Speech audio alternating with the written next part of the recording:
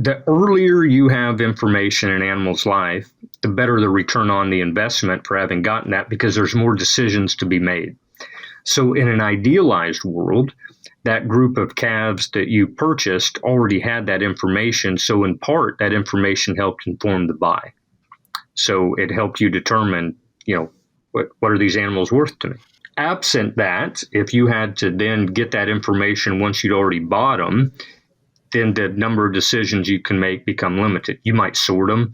The implant strategy might be different, something of that nature. Turnaround time, though, becomes a bit of an issue. So currently right now in seed stock settings, that turnaround time could be a matter of a few weeks to, a month. And so in a feedlot setting, if I don't have it back for a month, well, kind of key decisions have already been made. So that's something I think that needs to be worked on, if you will. But those are fixable things, I think, going forward.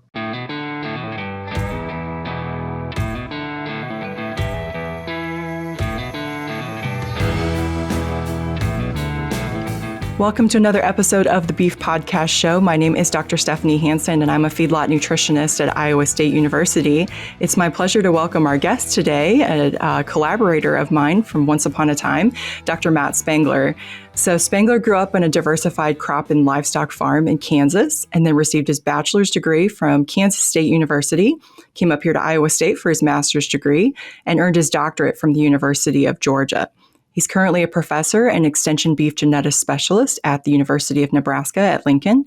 And while there at UNL, he works with a team of colleagues as well at the U.S. Meat Animal Research Center in Clay Center, Nebraska, to collectively improve genetic and genomic selection tools and methods. So welcome to the show, Matt. Oh, thank you. I appreciate the opportunity to be here and visit with you. So I was trying to think, we definitely started pretty similar times. What year did you start at UNL? 2008. Okay, right. So you would have started just a year before. So I started here at Iowa State in 2009. And then we really got to know each other, I think, through our collaborative efforts on having one of the first, what did they call that? The CAP grants, kind of, that the USDA offered for funding. And so we had the beef feed efficiency. So there was feed efficiency grants offered from the USDA in 2010. And there was a swine one, a beef one, and a dairy one, right? I think those were the three. Yeah, that were funded, and we are proud to say we were on the number one ranked. I still remember where I was when I got the email from Jerry Taylor from Missouri that said some days are diamonds, and we had gotten the email. Right. So yeah, that was the first time that we really got to start thinking about how different disciplines like genetics and nutrition could really work together to improve traits like feed efficiency. So I'm sure we're going to talk about some of those things today, but before we get started, why don't you tell our audience a little bit about how you got involved in the beef industry? Yeah, so I grew up on, as the bio said, a diversified crop and livestock farm in south central Kansas. And so my early experience in beef cattle was as a young child. My family had a cow-calf operation, and that transitioned to a yearling or stocker animal operation, then transitioned back to cow-calf. Since leaving there, my dad and I, over the years, have still fed cattle, so owned cattle and had them fed at a custom feed yard. So involved in production agriculture, since I was born. And so that's really where I can trace my interest in the beef industry, too, was simply having grown up in it. And it was partway through my undergraduate career when I was trying to figure out what I really wanted to do. I decided, graduate school was interesting, and every class I took, I was like, oh, that's what I want to do. I want to be a nutritionist. I want to be a physiologist. And then I took my first genetics class, and then ultimately an undergraduate animal breeding and genetics class. And coupled together my interest in livestock, beef cattle specifically, and kind of applied mathematics or statistics. I was like, man, this is it. This is what I want to do. And the rest is history, as they say. Data shows most cattle don't get the vitamin D they need, especially in winter months. High D from DSM Firmenich can ensure your cattle get the recommended vitamin D level to support bone strength, help immunity, and improve performance. Visit dsm.com/HY-D to learn more.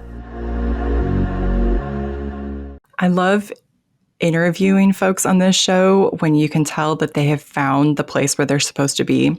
And it seems like I think academics sort of forces you into figuring that out, right? And I've talked before about how the advanced nutrition class that I teach now was actually my light bulb class, and I was sitting in class going, "This is pretty cool. I could see how nutrition can affect everything," and I could totally see you sitting in genetics class thinking, "Oh, genetics affects everything. This is so cool. I could dictate what happens to literally every other segment after I create this calf's genetic potential."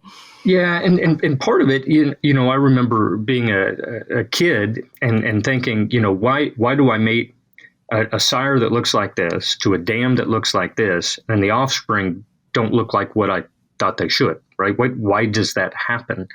And so, all of a sudden, formal genetics training provided that answer to me. And so I really liked that. It was putting some of the pieces of the puzzle together in my mind. So as you said, very much a light bulb moment. And at least for me over my career of whatever 15, 16 years so far, there's been a lot of light bulb moments. And that's part of the reason I like academia is we have a job where we get to continually learn. And for me, some of those other light bulb moments are, early in my career. I don't know how it is for other people, but, there's this bit of wrestling, at least for me, in terms of what am I, right? Where do I fit in this big world? And there becomes a point of kind of self-awareness of, well, this is what I am, right? I am not this other person. I'm not that other person. I'm me. And being able to form a career then around, what you bring to the table, I think is probably useful in any career, this self-awareness of this is what I am, this is what I'm not, and that's okay. Absolutely. I have, so we've chatted some in the show about Clifton Strengths. I'm actually like a coach for that. And obviously Mary there at UNL has done quite a bit with strengths as well. And one of my top 10 is individualization. So I love to see when somebody really embraces, just like you say, Matt, that you're not like everybody else, but you're going to bring this unique contribution, whether it's, I like nutrition and repro, so I can bring that angle, or I like genetics, but I've had experience in cow-calf, stocker, and feeding animals. And so I can bring the awareness that what I do affects all of those segments. So I love to see that in people. Yeah, it's a hard thing, right? Because we're in a competitive landscape. The reality is academia is competitive. Whether you're counting the amount of external money you get, you're counting the number of publications you have, we're counting stuff, and it's inherently competitive. And so it's easy to compare yourself to that other person that's been very successful, however you define success, and say, well, that's what it looks like, right? I need to be that person. That's not necessarily true. Because that person was unlike anyone else. so you can't mimic that. Absolutely. So remind me what your appointment is officially there at UNL. 60% extension, 30% research, and 10% teaching. So I have a three-way split. Okay. So obviously with that amount of research, you've got graduate students that you get to work with. That's correct. And so at any given time, between graduate students and postdocs, I'm probably between 3 and 5. That's I like the three-way split. It fits me well. Really like working with graduate students because in my mind, when done correctly, I learn through them. And that's something I don't think they can appreciate in their stage of career. But they're really my vehicle for learning.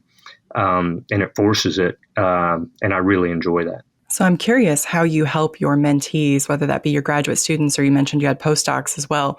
How do you help them embrace the self-identification, like you said, like understanding that they're going to be different. They're not just Matt 2.0. And in fact, you don't want to make Matt 2.0, right? You want to make Matt 10.0. That's exactly right. And so that's a really challenging thing to convey is I don't want you to be like me. I want you to be better. Maybe not better in every way, right? But there has to be something. And this is me being selfish. When I leave this career, I want to be able to look back and say, you know what? I help make people better than me. So the discipline, the industry is an okay spot. That's what I want at the end of the day. Every student's different. Some respond to pats on the backs and attaboys. Others respond to, you can do better, right? The bar's up here, you're down here, step it up. And being able to identify who's who and what really gets them motivated is a constant challenge for me. But it's to me, it's a maturation. They learn enough to all of a sudden be able to have what I call, kind of the adult scientific discussion. And it's at that point you try to identify, right, here's where this person may fit in the world, right? And then you try to encourage that, provide extra opportunities so that they can hone those skills, and create a self-awareness of here's what you're good at, and you know what, here are the areas of weakness that you need to keep an eye on and continue to work on. That requires just candid discussion, which sometimes isn't fun, but I don't know how else to do it. And so it's that kind of individualized process. What I've learned, like I said, they're all different. There's not a cookie cutter approach to coaching, being a mentor. And I like those words because I don't manage them. I don't think they should be managed. But it's trying to help them identify, where are you strong? What are you passionate about? And helping them then grow in those areas. It's such a challenge too, because they're so young when they first come to, like when the master students, for example, come to graduate school, they might still be 21 or 22 at most. And it's very difficult sometimes to try to get them to figure out what their passion is, because, they're just trying to figure out which way is up at that point. So I think the PhDs and the postdocs, like you say, they are so much fun to work with when they get to that point of the fine line between confidence and competence, right? And so they're ready to be your colleague. They're ready to, I hate when people just want to be like, yes, that's a great idea. I want them to be like, that's a good idea, but here's some holes in it, and here's how we could make it better. That's exactly right. The other thing is help coaching them through failure. Inherently, research has failure. We don't know the answer. That's why we're doing research, and helping them understand that failure is okay, as long as you learn from it, and that I don't have the expectation that you're right all the time. I'm not right all the time. My goodness, I make mistakes all the time, and being able to learn from that, bounce back from it. That kind of self reliance and resilience, I think, is so important in whatever they do. And then as they grow, helping them understand that they need to be kind of lifelong learners, a bit cheesy, but lifelong learners and students of the discipline, right? I don't want to just know what I'm doing. I want to know the history of the discipline. I want to be able to think deeply about, what's been done, where are the gaps, why hasn't this been done before? And so I'm engrossed in it, and helping them understand that to be successful, it has to be something you're so interested in. You want to know the full trajectory of, how did animal breeding and genetics ever start, and understand it at that level. Absolutely. Okay, so I want to ask some questions about what kind of research questions your group is pursuing right now. But maybe before we do that, let's assume everybody who's listening has the same level of genetics expertise as me, which is not a hell of a lot. So maybe give us a little bit of just when you think about terms of genetics and genomics, I feel like these are kind of thrown around a lot. Can you just give us some definitions and kind of help us put some context around that? Yeah, so very high level genetics. The classical thing is to say that phenotype, what we see, comes about through this confluence of genetics and environment, right? The fact that somebody is a certain height, certain weight is a function of their genetic potential and the environment they put themselves in, where environment's loose, right? It's the diet, it's the exercise, it's where do they live, and that's for, both people and animals. So animal breeding, oftentimes, if we back up, is often misunderstood as what I would call reproductive physiology, right? How do animals get pregnant, procreate? That's not what I do. It's animal breeding is the discipline of changing populations through genetics. That's animal breeding. And so traditionally, genetics was really underpinned by pedigree-based kinship. And so I think most people understand pedigree at some level. And so we leverage the relationships of individuals by human recorded pedigree to be able to determine, well, how much of this trait is explained by genetics versus other sources of variation, and then make predictions about which animals are superior genetically, so we can inform who should be parents of the next generation. Then fast forward to genomics, where we map the bovine genome and then can exploit genetic markers across the genome. And those genetic markers we often refer to as SNPs, SNP, which is a single nucleotide polymorphism, which sounds really confusing, but single one. So nucleotide, you're talking about a single base in DNA sequence. Polymorphism, we're talking about a change. So we use those as markers to be able to then inform more reliable estimates of kinship among animals. And so think about it this way. Based on pedigree, somebody is related to a grandparent by 25%. That's what we call an expected value. It means on average, the relationship between you and a grandparent is 25%. But at the DNA level, that could range between 0 and 0.5. It's just a function of what your grandparent passed on to your parent in terms of genetics, and then what your parent passed on to you. So there's this, what we call Mendelian sampling, a random shuffle of half of an individual's genetics is passed from generation to generation. So you get this nice bell-shaped curve between a grandparent and an individual with a mean at 25% and variation from 0 to 0.5. So if we use genomic markers to inform kinship, we get a more accurate estimate. And it's those more accurate estimates of kinship that have really helped us exploit this new technology in animal breeding plans. And by the way, if anyone's done things like 23andMe or something like that, same general concept. You get an estimate of your relationship with your family, and it's based on the same kind of concept. Perfect. So kind of with those kind of definitions in mind, do you want to tell us maybe one or two of the research questions that your group is pursuing right now? Yeah. So a couple of broad areas. One, the use of what we'll call low-pass whole genome sequencing. Sounds confusing, but what we're doing is say we want to sequence the whole genome of individual beef cattle, but we want to do it as cheaply as possible. So we're going to do it at low coverage, meaning that when we sequence an individual, we got a lot of missing data. And we use a process of imputation to fill in the gaps. So there may be ancestors who have all those gaps filled in, and we're able to fill in the missing data based on some of those relationships. And so the use of those kind of data to increase the accuracy of the predictions we make of animals' genetic merit as parents.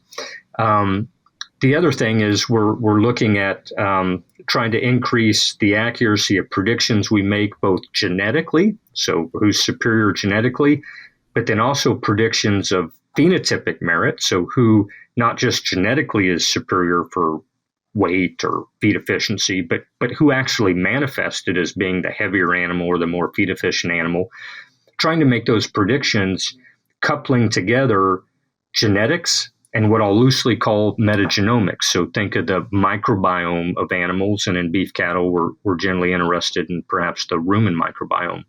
So taking those pieces of information together to make those predictions, and we're also looking at what I'll call the ocular microbiome, because we have an interest in trying to reduce the severity of pink eye in beef cattle.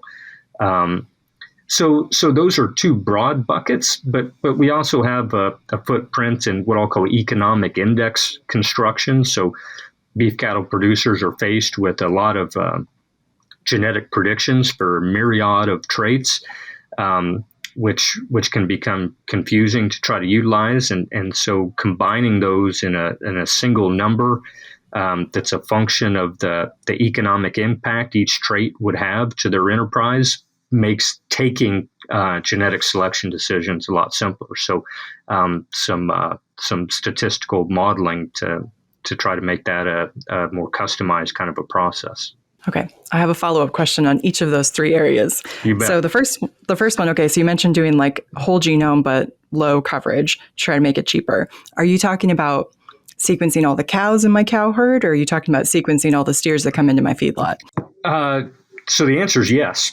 So what where this technology would start is what I call at the seed stock level. So the people that are raising kind of registered animals that they're going to sell bulls or sell semen to commercial cow-calf producers, right? So utilizing this new form of genomic information at that level to increase the accuracy of their genetic predictions, which in beef cattle we call expected progeny differences, or EPDs.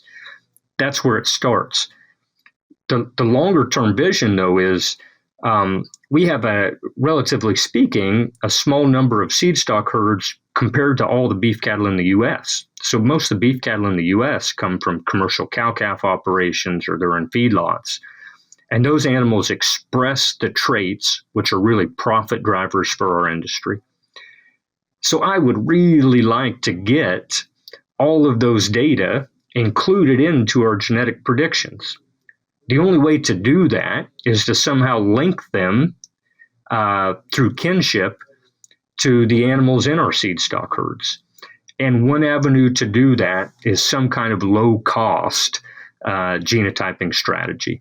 And so be it low-pass sequencing, or we also have some ideas around pooling, the notion of instead of genotyping individual animals, we genotype kind of the composite of a group as ways to try to get all those data into our routine predictions, and then hopefully feed forward predictions to help people manage commercial animals, be it in a cow herd or a feedlot.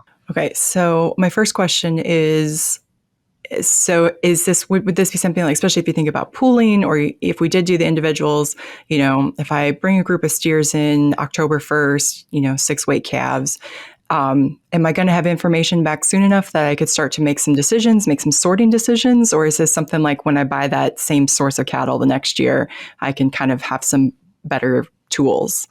Yeah, that's an excellent question.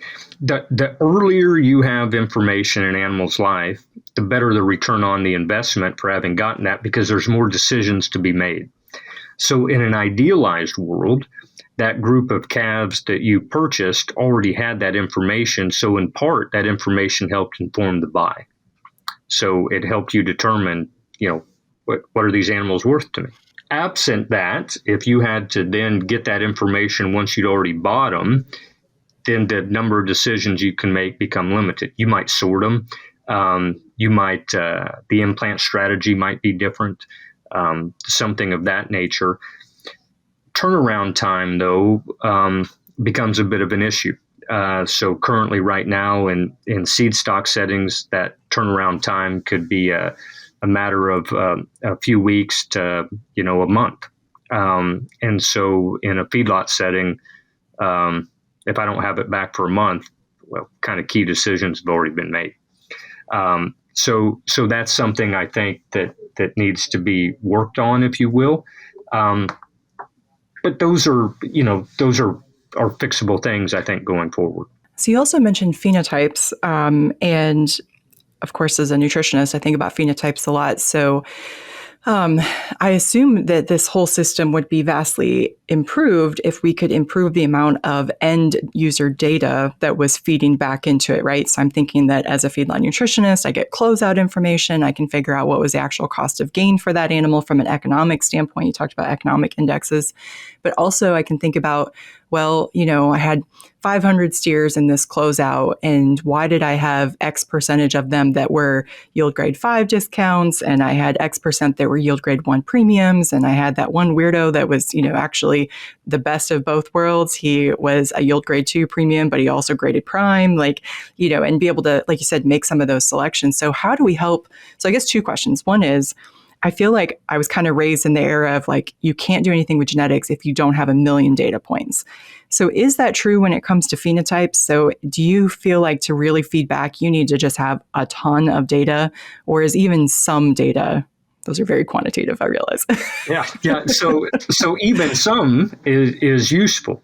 And if we think about the totality of the U.S. beef industry, we can think about small fractions of kind of the end user data flowing back to help inform those predictions being still valuable, because a small fraction could still be hundreds of thousands of animals. So it doesn't have to be an all or none game. That said, though, I could envision a scenario where we do, quote unquote, get it all or near all. And it's not necessarily to with the goal of feeding into the genetic prediction aspect, but it's because the end user sees value in the information that's returned. So all of a sudden, I know that this kind of genetic background works well at my feed yard given my management strategy, right? So there's more value in these kinds of animals to me, where perhaps that wasn't well quantified before.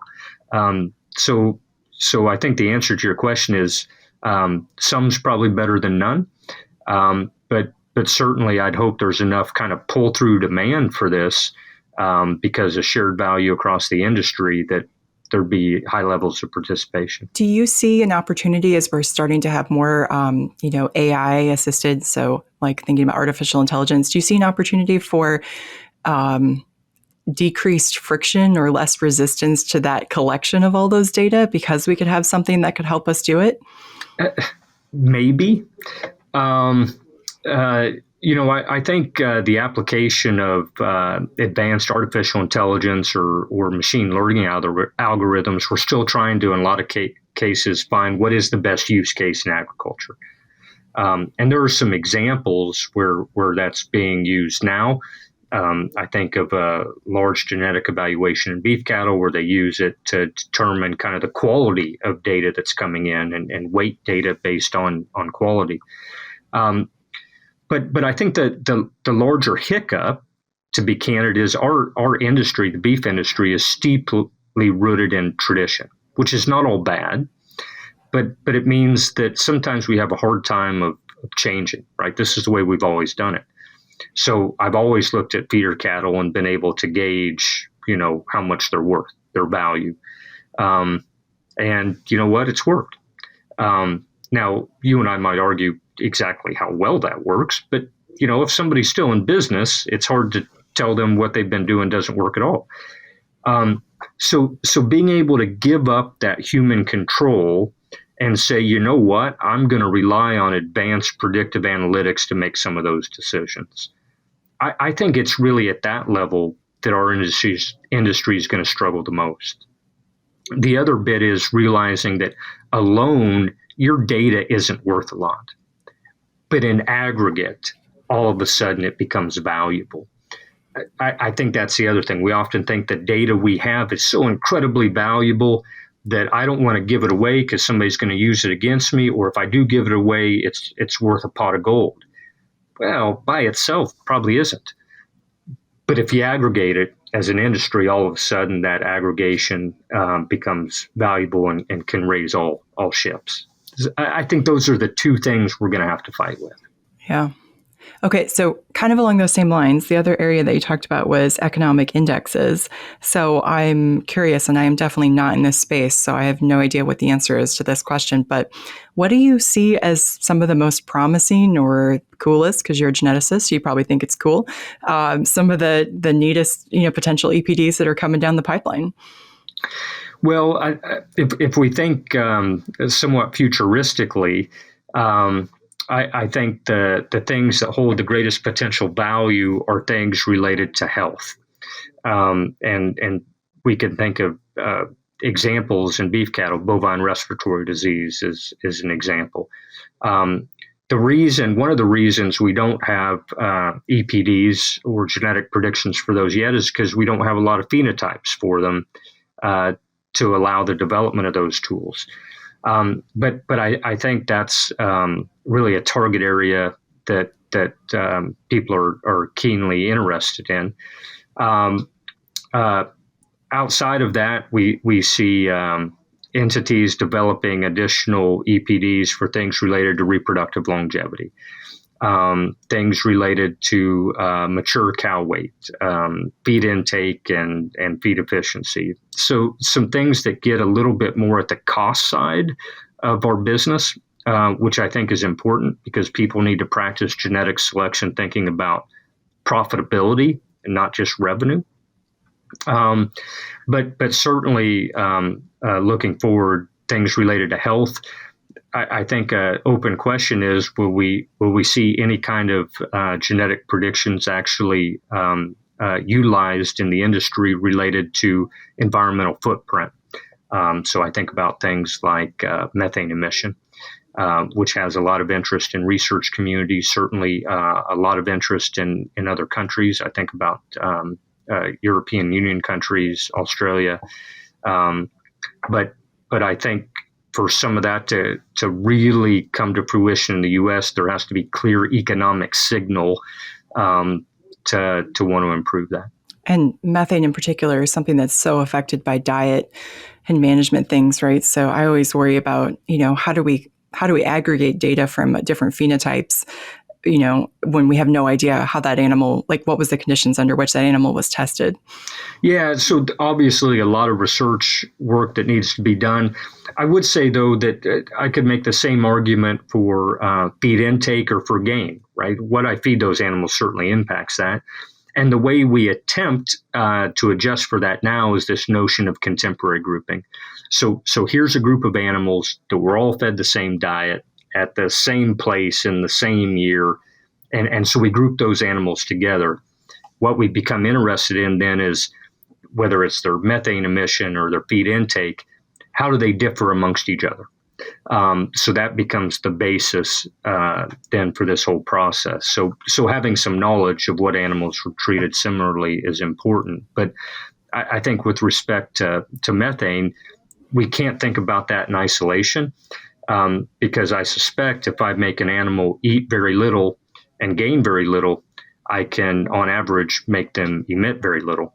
But that's a loser for the industry, right? We economically can't sustain that. So how do we look at it much more holistically and fit something into a very comprehensive kind of selection scheme? You mentioned mature cow weight in there earlier. And as a feedlot nutritionist, I have all the economic signals right now to make that feeder steer as big as I can possibly get in before I send him down the road without tripping him over into the yield grade 4s and 5s too much anyway. So what do you think is the role of genetics in helping balance kind of our maternal aspects and thinking about cow mature weight and longevity with making a calf for us that can withstand some of these big weights? Yeah, that's an excellent question. I think something the U.S. industry for sure needs to really wrestle with right now. The good thing is mature cow weight's highly heritable. So ballpark 50% heritable, meaning if we want to change it rapidly, we can. The problem is we have changed it, but probably not in the direction we would have liked. So we tended to make cows bigger. You could argue that's in signal or in response to a signal to make growing animals or fed cattle bigger. And so it's really just what I'd call a correlated response. We made animals bigger at weaning, yearling, made outweights or carcass weight bigger, kept back replacement females from those matings, and so consequently they tend to be bigger at maturity. The way around it is a few-fold. One, this notion that everyone needs to retain or create their own replacement females, I believe, is false. So there's no reason why I couldn't go out and purchase replacement females that are bred to be smaller at maturity, and then breed them to what I would call a terminal bull, a bull that is made for high growth and good carcass merit, in which case I can kind of have my cake and eat it too. I've got smaller cows, but I can produce sale calves that are much larger. So that's really a fundamental breeding program design perspective, and gets to this idea that some animals are designed to be maternal, some are designed to be terminal. And that's something an industry like swine has exploited, if not perfected. So people that eat pork eat products of 3 or 4 or even more advanced crosses, because they're crossing lines that are put together to have different attributes. We don't exploit that as well in beef cattle. The other thing is to truly think about genetic selection decisions in an economic framework. So I just don't want to increase gain without thinking about, from a system perspective, what that increased gain cost me. If that increased gain means that I have cows now that cost a lot more money, and I can't have as many cows because they're bigger, that has a cost to the system. And so the tools like economic selection indexes should pit those things against each other to think about what is the most profitable genetic package. So there's tools in place to do this. I just don't think as a beef industry we have exploited them as well as we should. It kind of makes me wonder about, feed intake, because if I think about an animal who's got the genetic potential to be big, often it means he's got a genetic drive to consume. So we have a lot bigger eating animals today than we did 30 or 40 years ago, and that corresponds to some of our increases in gain and selection. I'm thinking about if you have a selection for a smaller frame size cow, I'm guessing that a lower feed intake driver comes with that. And then if you breed her to a terminal bull, like you say, who's going to produce a bigger offspring, do you have any idea of, like I said, what's the heritability of feed intake? And is there a maternal versus paternal driver that we know more about? Good. So heritability of feed intake, you'd say between 30 and 40%. So pretty heritable. And that's really dry matter intake for growing animals. The question becomes then, well, what does intake look like in a cow? And certainly there's been good work to say, well, if we feed animals high roughage diet versus high concentrate diet, kind of what are those correlations? They're certainly positive and moderate. So animal eats a lot of roughage, they tend to eat a lot of concentrate. And I think reasonably that makes sense. The gap is that we're not talking about locking cows up and feeding them a certain amount of harvested feed. We're telling them, go out and forage yourself. Well, that's a whole different ball of wax, because we cannot quantify that well. And layer into that, there's certainly some evidence that says you put cows in a pasture, one cow likes to go out and eat this type of grass, while another cow doesn't really care. Whatever's in front of her, she's going to eat. So there's this selectivity. So quantifying that has been elusive to date. And I think to fully answer your question, we need to understand that bit. But right now, the best advice is to be able to say, you know what, if they eat a lot on this type of diet, they're going to tend to eat a lot on another one. That's a generalization, but probably the best we can do right now. I think feed intake's kind of fascinating. Obviously, I study, mineral requirements, and I think we've kind of slid by with some of our perhaps too low mineral recommendations because we've overcome that with just simply cattle who eat more than in the past. And so I'm just constantly interested in, thinking about maternal contributions versus sire contributions to drivers like feed intake, because obviously at the end of the day, the best thing I can get for a calf to perform for me is to get him to eat in the feedlot. Yeah, no, exactly. And so it becomes a relationship of how much should they eat versus how much should they gain, how many days were they in the feed yard, because economically, a big eater is fine as long as they gained disproportionately more, right? That I think a challenge, though, is oftentimes people pick out in a group of fed cattle that really high performer that had a really good carcass, and they say, look at how much this animal's revenue was, and they compare it against the average cost of the pen. That's not a fair comparison, because you're assuming that really high performer ate the average. And to your point, they very well could have been eating a lot more. So economically speaking, just how much more profitable were they? And it's hard to, if not impossible, to really get at that. But I think it's a question as an industry we need to wrestle with. So over time, we're not producing these animals that are actually less profitable because all we looked at was their revenue. Absolutely. Well, we are reaching the end of our time together, Matt. So before we go into our 3 questions, is there any other topics or anything that you think we should have covered today?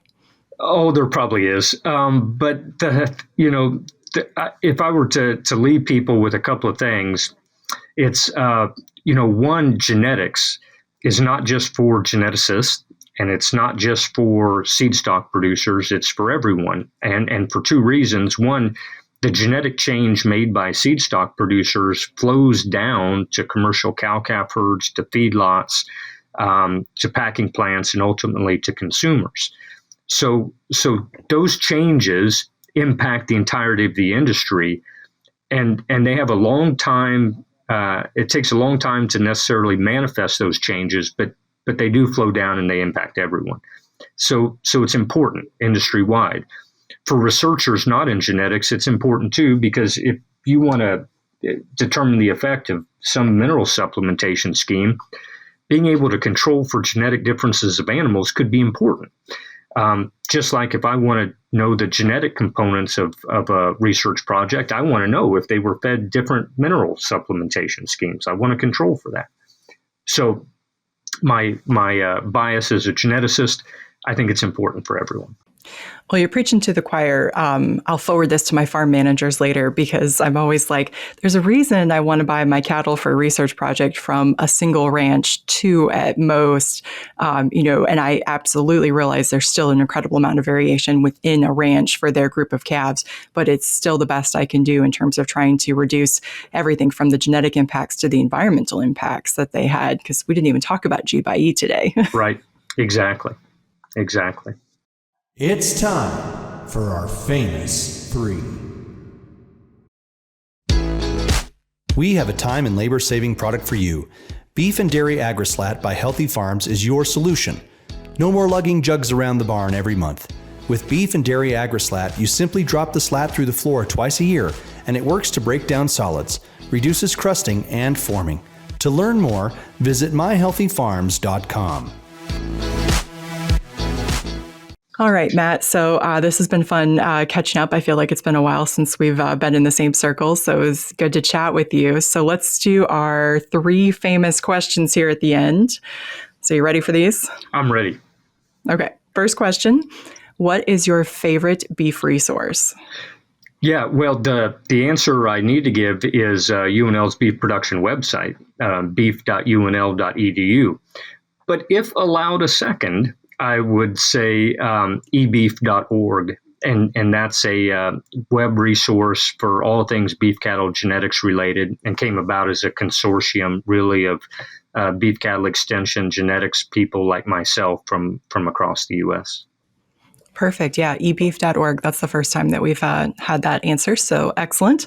Not the first time we've had the beef website from UNL. I'm sure. Yeah, I'm sure. It is. I think it's in your contract there that you have to mention that. I think so. Yeah, I'd like to continue to get paid. Yeah. Okay. Second question is, what is something not related to beef that you're watching or reading or enjoying right now? So enjoying my 5-year-old son. Not related to beef, but when I'm not doing work, I am enjoying time with him. If I were to think about a book that I've started and stopped and started and stopped over time, it's a book called Sapiens, which really goes through kind of humankind history, and I think it's a really thought-provoking read. Have you done your strengths over there at UNL? A long time ago. I'd be really candid. I've not put. Need to be careful here. I've not put a lot of stock in that myself. Not because I don't see value in it, but for whatever reason, it's never been a priority.